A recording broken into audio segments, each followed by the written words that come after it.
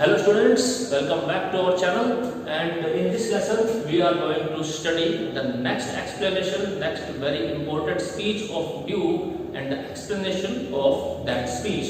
तो अगली जो स्पीच है हमारे लिए वो भी ड्यूक की ही है। कल भी हमने ड्यूक की स्पीच की थी। इस स्पीच में ड्यूक ओलिविया के बारे में क्या विचार रख रहा है। इससे पहले मैं थोड़ा सा आपको बता दूं कि ड्यूक को पता लगता है जब वो समाचार जिसमें उसकी प्रेमिका के भाई की मृत्यु हो जाती है और उसकी प्रेमिका के बारे में पता लगता है कि वो अपने भाई को इतना प्यार करती है कि उसने डिसाइड किया है कि आने वाले 7 साल तक वो सेक्लूजन में रहेगी, बिल्कुल एकांत का जीवन व्यतीत करेगी, किसी मर्द का चेहरा नहीं देखने वाली है। ये बात अब उस ड्यूक को पता लगती है और ड्यूक उससे बहुत प्यार करता है। तो वो इस बात को सुनकर के एक बार थोड़ा दुखी होता है, लेकिन खुशी का बहाना भी इसमें से ढूंढ लेता है।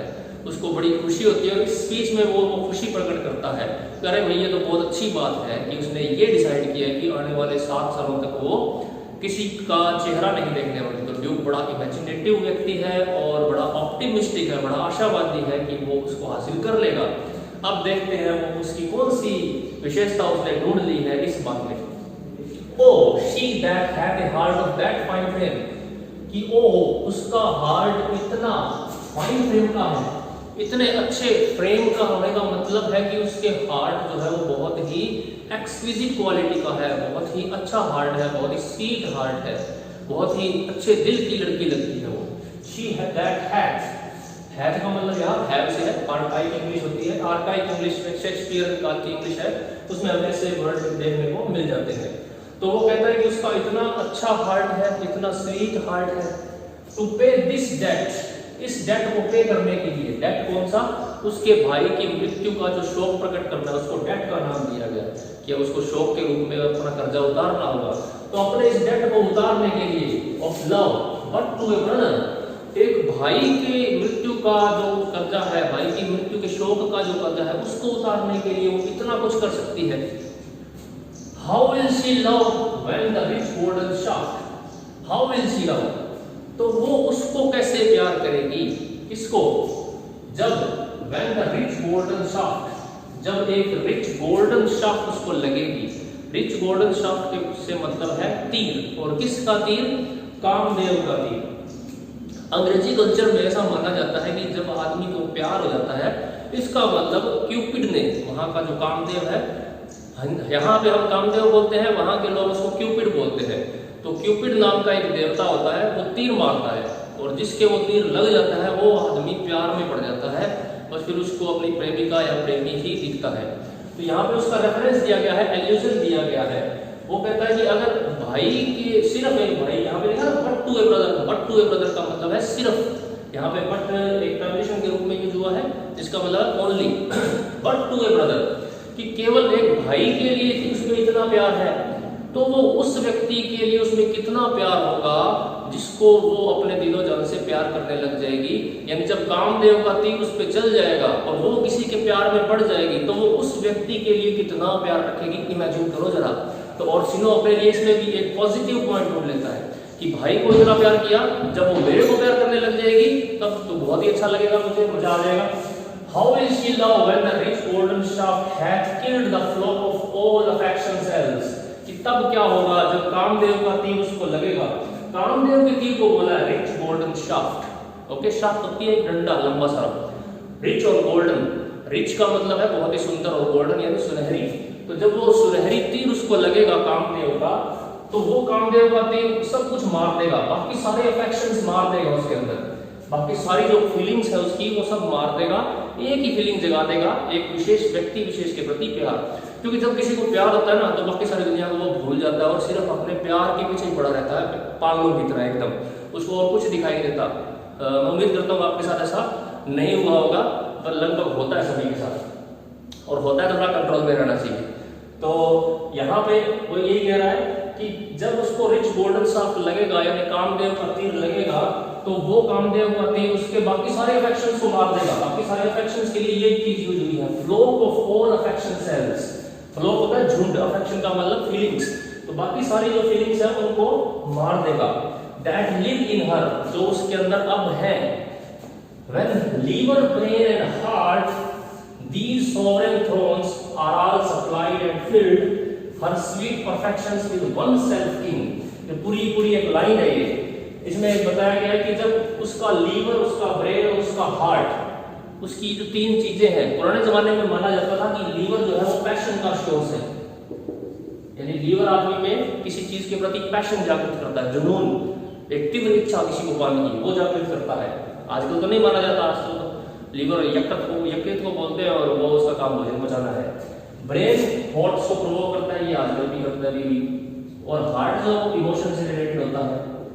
तो वो कहता है कि इन तीनों चीजों को क्या सप्लाई करेगा, ये कामदेव का तीर जो है वो इन तीनों चीजों को, उसके पैशन को, उसके थॉट को, उसके इमोशन को, ये जो तीनों उसकी सत्ताएं हैं, सॉवरेन थ्रोन्स होते हैं तीन आदमी के अंदर, ये तीन जिससे उसकी जिंदगी चलती है, जिससे उसके बिहेव कंट्रोल होता है इन तीनों चीजों से। तो वो इन तीनों चीजों को कंट्रोल कर लेगा कामदेव का तीर, इन तीनों सॉवरेन थ्रोन्स को कंट्रोल कर लेगा और उनको सप्लाई करेगा और फिल कर देगा उसके अंदर स्वीट परफेक्शन, यानी उस व्यक्ति विशेष के लिए स्वीट परफेक्शन कर देगा विद वन सेल्फ किंग, सिर्फ एक सेल्फ किंग के लिए, एक राजा के लिए। यानी ये वो खुद को मान रहा है कि अभी तो चलो उसने मेरे प्यार को नहीं समझा है, वो मेरे से प्यार नहीं करने लगी है, लेकिन क्या होगा जब वो मुझसे प्यार करने लगेगी, तो मुझसे कितना प्यार करेगी जब अपने भाई के लिए उसने 7 साल का व्रत ले लिया कि किसी और को नहीं देखने वाली है। तो मन ही मन खुश हो रहा है कि जब वो मुझसे प्यार करेगी तो मैं अंदाजा लगा सकता हूँ कि वो कितना दिलो जान से मुझको चाहेगी।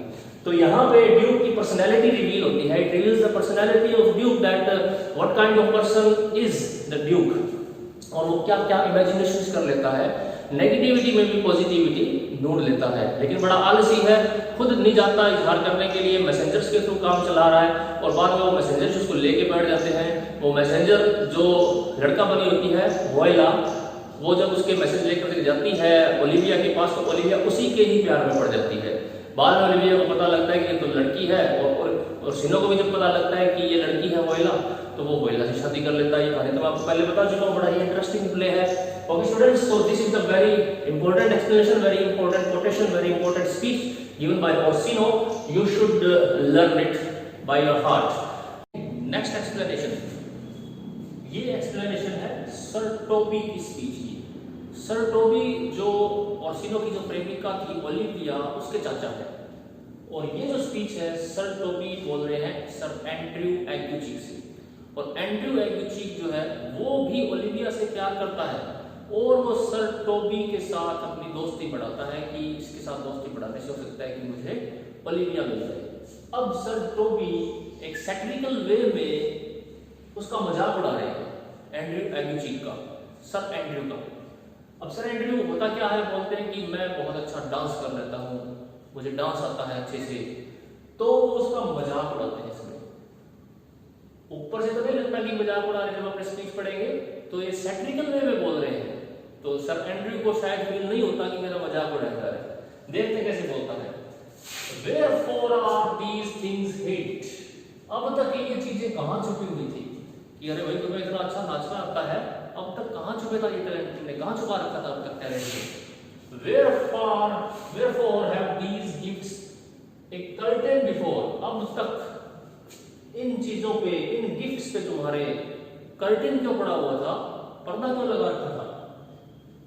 Are they like to take dust like Mistress Mole's picture? क्या उनको डस्ट मिलने वाली थी, क्या वो उनको तुमने ऐसे खुला छोड़ रखा था जैसे कि हम मिस्ट्रेस मोल्स की पिक्चर को रखते हैं और उस पर धीरे धीरे डस्ट पड़ जाती है। जब हम कोई पिक्चर लगाते हैं उसके ऊपर कोई कर्टेन नहीं रखते हैं या खुला छोड़ देते हैं तो उसके ऊपर डस्ट आ जाती है। तो वो उसके गिफ्ट्स की बात कर रहा है कि अरे तुम्हारे पास तो इतने अच्छे अच्छे टैलेंट हैं, इतने गिफ्ट भगवान ने दिए हैं, तुमने तो इनको ऐसे ही रख रखा है बिना प्रोटेक्शन के, डस्ट खाने के लिए। क्या वो डस्ट खाने के लिए बने हैं? Why dost thou not go to church in a Galliard and come home in a Corinto? तुम्हें तो चर्च जब तुम जाते हो तो नाचते नाचते जाया करो और जब वापस आते हो तो नाचते नाचते आया करो, क्योंकि भगवान ने तुमको इतना अच्छा टैलेंट दिया है। देखिए कैसे उसकी तारीफ कर रहा है और साथ में उसका मजाक भी उड़ाया जा रहा है, उसको पता भी नहीं लग रहा। अब किसी के पास टैलेंट होगा तो उसको ऐसे थोड़ी कहेंगे, वो कहता है तुम तो इतना अच्छा नाचते हो तो नाचते नाचते चर्च जाया करो और वापस आते हो तो भी नाचते नाचते आया करो। ये तो उसने बोला है गैलियर्ड और कोरेंटो, ये एक डांस की फॉर्म है वहां की। तो इसको अपने इंडियन वे में समझ सकते हैं कि जब चर्च जाते हो तो भांगड़ा करते हुए जाया करो, आते हो तो गरबा करते हुए आया करो। इस तरह की बात उसने बोली है, ये डांस फॉर्म बताया है। My very walk should be a jig. अब वो ये कहता है कि अगर मुझके अंदर तुम्हारे जैसा टैलेंट होता तो मैं तो चलता भी डांस करते करते करते, क्योंकि ऐसा टैलेंट सबको थोड़ी मिलता है। मेरे पास में टैलेंट होता तो मैं तो चलते चलते भी डांस करता। I would not so much as to make water but in a sink a pace. और एक और मजाक की बात करता है वो कि तुम्हें तो जब तुम यूरिन करते हो तो भी नाचा करो, कभी मत रुका करो, इतना अच्छा टैलेंट है। What does thou mean? तुम क्या सोचते हो? What does you mean? What do you mean? उसका ये आर्काइव फॉर्म है What does thou mean? कि तुम क्या सोचते हो? Is it a world to hide virtue in? क्या इस संसार में हमें अपने गुण छुपा लेने चाहिए? बिल्कुल नहीं, ऐसा संसार बिल्कुल नहीं है। हमें अपने टैलेंट को शो करना चाहिए। I did think by the excellent constitution of thy leg it was formed under the star of a Galliard। और मुझे तो तुम्हारी टंगों को देखकर लगता है कि तुम्हारी टंगे सिर्फ डांस के लिए बनी हुई है। इसमें इसने दूसरा वर्ड यूज किया है thy leg it was formed under the star of Galliard। ये जो स्टार ऑफ गैलियर्ड है उसके प्रभाव में तुम्हारी टांगे बनी हुई है। अब ये स्टार ऑफ गैलियर्ड है ये डांस का या एक विशेष टैलेंट का सितारा है वहाँ वेस्टर्न कल्चर में। तो कहने को हम इसको इंडियन वे में इस तरह से कह सकते हैं कि तुम तो नाचने के लिए ही बने हो, तुम्हारे तो टांगे देख कर लगता है कि तुम एक बहुत बड़े डांसर हो गए। तो अंदर ही अंदर उसका खूब मजाक उड़ाया उसने, लेकिन उसको पता नहीं लगा कि उसका मजाक उड़ाया जा रहा है। ओके स्टूडेंट्स, तो ये भी काफी इंपॉर्टेंट स्पीच है, एग्जाम में आपके आ सकती है और प्ले के इंपॉर्टेंट पार्ट को ये फॉर्म करती है। Okay students, good luck.